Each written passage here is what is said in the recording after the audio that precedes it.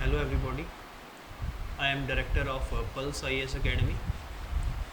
तो हम लोग IAS की तैयारी करवाते हैं UPSC सिविल सर्विसेज की, जिसको हम IAS का एग्ज़ाम भी बोलते हैं। तो आज का जो टॉपिक है वो ये है कि अभी 10th का रिज़ल्ट आया है CBSE का। तो अब बच्चे ये सोच रहे हैं कि अगर हमने IAS बनना है, या उनके पेरेंट्स ये सोच रहे हैं कि अगर हमने IAS बनाना है अपने बच्चे को, IPS बनाना है, IRS बनाना है, IFS बनाना है, तो अब हम सब्जेक्ट्स कौन से लेके दें बच्चे को। पूरे इंडिया में ये पेरेंट्स के माइंड में ये बात चल रही है कि हम सब्जेक्ट्स अपने बच्चे को 11th में कौन से लेकर दें, और बच्चों के माइंड में भी चल रही है। तो ये वीडियो सिर्फ IAS के लिए मैं बना रहा हूँ कि IAS करना है बच्चे ने तो सब्जेक्ट्स कौन से होने चाहिए। इसका वीडियो मैंने ऑलरेडी एक बनाया हुआ है, मेरा यूट्यूब चैनल है पल्स IAS के नाम से, आप सर्च करेंगे तो इसके सबसे पहला वीडियो जो है सबसे बॉटम में, सबसे नीचे वाला, वो वीडियो भी आप देख लीजिए पूरा, और ये वीडियो भी आप देखिए। तो देखिए, अगर आपने अपने बच्चे को IAS बनाना है तो IAS के अंदर एक बात याद रखिए कि आपको बच्चे को IAS में सब्जेक्ट्स कौन कौन से होते हैं। एक जनरल स्टडीज़ होता है, एक CSAT होता है। CSAT में तो वही जो बैंक के एग्ज़ाम में रीजनिंग, इंग्लिश, मैथ्स आता है वो रहता है, वो सिर्फ पासिंग मार्क्स का रहता है, ठीक है। जो मेन पेपर होता है IAS का वो जनरल स्टडीज़ का होता है, और उसमें कोई भी सब्जेक्ट स्पेसिफिकली नहीं चाहिए। उसमें जनरल स्टडीज़ के पेपर में history, geography, economy, polity, science सब कुछ आ जाता है, करंट अफेयर सब कुछ आ जाता है। तो जनरल स्टडीज़, जनरल नॉलेज एक ही बात है। CSAT मैंने बता दिया, सिविल सर्विस एप्टीट्यूड टेस्ट, जिसमें इंग्लिश, मैथ्स, रीजनिंग आता है, और वो भी सिर्फ क्वालिफाइंग नेचर प्रीलिम्स में। अब मेंस में जब बच्चा पहुंचता है IAS के आपको पता 3 स्टेजेस होती हैं, प्रीलिम्स, मेंस और इंटरव्यू। प्रीलिम्स में तो हो गया जनरल स्टडीज़ और CSAT, उसमें कोई भी एक पर्टिकुलर सब्जेक्ट नहीं चाहिए। अब मेंस में जब बच्चा पहुंचता है तो वहाँ पे 2 पेपर्स हैं, जनरल स्टडीज़ और ऑप्शनल सब्जेक्ट। ये जो ऑप्शनल सब्जेक्ट है ये बच्चा कोई सा भी चूज़ कर सकता है। फिजिक्स, केमिस्ट्री भी चूज़ कर सकता है, मैथ्स भी चूज़ कर सकता है, इंजीनियरिंग का भी चूज़ कर सकता है, मेडिकल साइंस भी चूज़ कर सकता है, आर्ट्स के कोई भी सब्जेक्ट चूज़ कर सकता है, कॉमर्स का कोई भी सब्जेक्ट चूज़ कर सकता है, इर्रिस्पेक्टिव ऑफ द फैक्ट कि उसके 11th 12th में सब्जेक्ट्स कौन से थे, राइट। तो अगर 11th 12th में साइंस थे तो वो आर्ट्स रख सकता है IAS में एक सब्जेक्ट। अगर 11th 12th में आर्ट्स है तो IAS में साइंस रख सकता है। ऐसा कोई करता तो नहीं है, लेकिन कर सकता है। IAS वाले मना नहीं करते हैं कि आप, वो कहते हैं, IAS वाले कहते हैं कोई सा भी सब्जेक्ट चूज़ कर लो, ग्रेजुएशन भले ही किसी में भी की हो, आप कोई सा भी सब्जेक्ट चूज़ कर लो। अब ये जो ऑप्शनल सब्जेक्ट रहता है मेंस का, इसकी वेटेज बहुत ज़्यादा है। तो पास फेल ये ऑप्शनल सब्जेक्ट डिसाइड करता है। जनरल स्टडीज़ के 4 पेपर होते हैं, ऑप्शनल के 2 पेपर होते हैं। जनरल स्टडीज़ के 4 पेपर 300 मार्क्स के होते हैं, 1200 नंबर का होता है जनरल स्टडीज़, और 600 नंबर का ऑप्शनल, 300 के 2 पेपर, राइट। तो मैं ये कह रहा था कि ऑप्शनल सब्जेक्ट मेंस में बहुत इंपॉर्टेंट बन जाता है।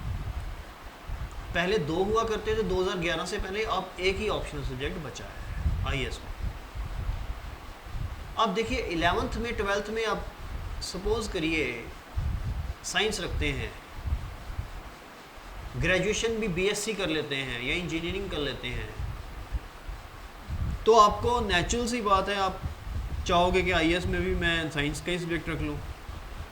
लेकिन एक फैक्ट है, वो ये है कि साइंस के सब्जेक्ट IAS में कभी पॉपुलर नहीं रहे, और दूसरा वो स्कोरिंग भी नहीं रहे, राइट।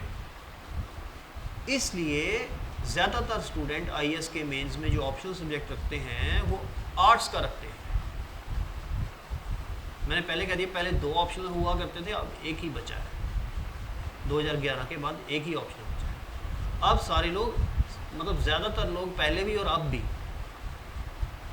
स्टार्टिंग से ये आर्ट्स का सब्जेक्ट ही ज़्यादा चलता था। कौन कौन से सब्जेक्ट ज़्यादा पॉपुलर हैं? History, geography, pol science, public administration, psychology, sociology, anthropology, ये सब्जेक्ट्स ज़्यादा पॉपुलर हैं as compare to management, accountancy, mechanical engineering, medical science, physics, chemistry, maths.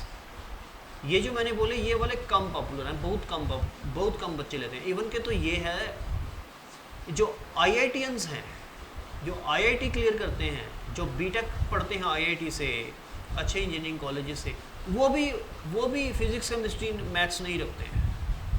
क्यों? क्योंकि वो रिस्क नहीं लेना चाहते, वो भी जाके आर्ट्स रखते हैं। देखिए IIT का स्टूडेंट भी IAS में आके ऑप्शनल सब्जेक्ट आर्ट्स रखता है। तो अगर तो आपने अपने बच्चे को सिर्फ IAS ही बनाना है, IPS ही बनाना है, और आप किसी चीज़ में, किसी फील्ड में इंटरेस्टेड ही नहीं हो, तो आप उसको बेझिझक 11th में आर्ट्स लेके दे दीजिए, और प्रेफरेबली उसमें वो सब्जेक्ट हो जो आपने IAS में रखवाना है, राइट? अगर आप डबल माइंडेड हो कि IAS भी बाद में कर लेगा, पहले आप फ्यूचर सिक्योर कर ले, इंजीनियर बन जाए, तो फिर वो आप उसको पहले इंजीनियरिंग करा दो, उसके बाद आप आर्ट्स उसके बाद आप आर्ट्स रखवाना गया, उसके बाद तो सीधा इसको ऑप्शनल सब्जेक्ट आर्ट्स में ही रखना पड़ेगा IAS में। लेकिन उसमें ये है कि बच्चे का जो है वो फ्यूचर इंजीनियरिंग उसके साथ टैग लग जाएगा। फ्यूचर सिक्योर होगा कि नहीं होगा वो तो बात की बात है, जॉब मिलती है कि नहीं मिलती, लेकिन ये है टैग लग जाएगा। अगर आप टैग लगवाना चाहते हैं इंजीनियर का, तो आप पहले इंजीनियरिंग करिए, उसके बाद IAS में डालिए। अगर आप टैग नहीं चाहते, अगर डायरेक्ट आप IAS का टैग ही चाहते हैं, तो आप 11th में ही इसको आर्ट्स ले लीजिए। अब आप खुद देख लीजिए IAS का टैग लगवाना है कि इंजीनियर का टैग लगाना है। अभी आप सोच रहे होंगे कि IAS का टैग इतना आसानी से थोड़ी लगेगा। बिल्कुल आसानी से नहीं लगेगा, है ना? आसानी से तो कोई भी चीज़ नहीं मिलती है लाइफ में, है ना? तो आसानी से तो कुछ नहीं मिलता है, मेहनत तो अभी से करनी पड़ेगी। 11th से अगर बच्चा IAS की तैयारी स्टार्ट कर दे, 11th में भी करे, 12th में भी करे, आर्ट्स रख के सब्जेक्ट्स, प्रोवाइडेड 11th में वो आर्ट्स रख ले, और साथ साथ में IAS की तैयारी स्टार्ट कर दे, उसके पास 5 साल होंगे IAS की तैयारी के लिए, और 5 साल के बाद वो IAS देगा। तो क्या 5 साल सफिशिएंट नहीं है IAS को क्रैक करने के लिए, क्लियर करने के लिए? अगर बच्चे को 5 साल में भी IAS मुश्किल लग रही है, तो फिर तो मैं कहूँगा कि IAS की तरफ ना जाओ, क्योंकि 5 साल तो ये बच्चे को मिलेंगे 11th 12th ग्रेजुएशन, क्योंकि आर्ट्स के सब्जेक्ट जब बच्चा रखता है तो उसमें ज़्यादा डिफ़िकल्टी आती नहीं है। आराम से 2-3 घंटे बच्चा IAS की तैयारी को दे सकता है रोज़, ठीक है? तो इसलिए अगर आप आर्ट्स रखवा देते हो बच्चे को, और उसके बाद ग्रेजुएशन हो जाती है आर्ट्स में, 5 साल तो बच्चा पढ़ लेगा, GS उसका तैयार हो जाएगा, CSET उसका तैयार हो जाएगा, ऑप्शनल भी उसका तैयार हो जाएगा।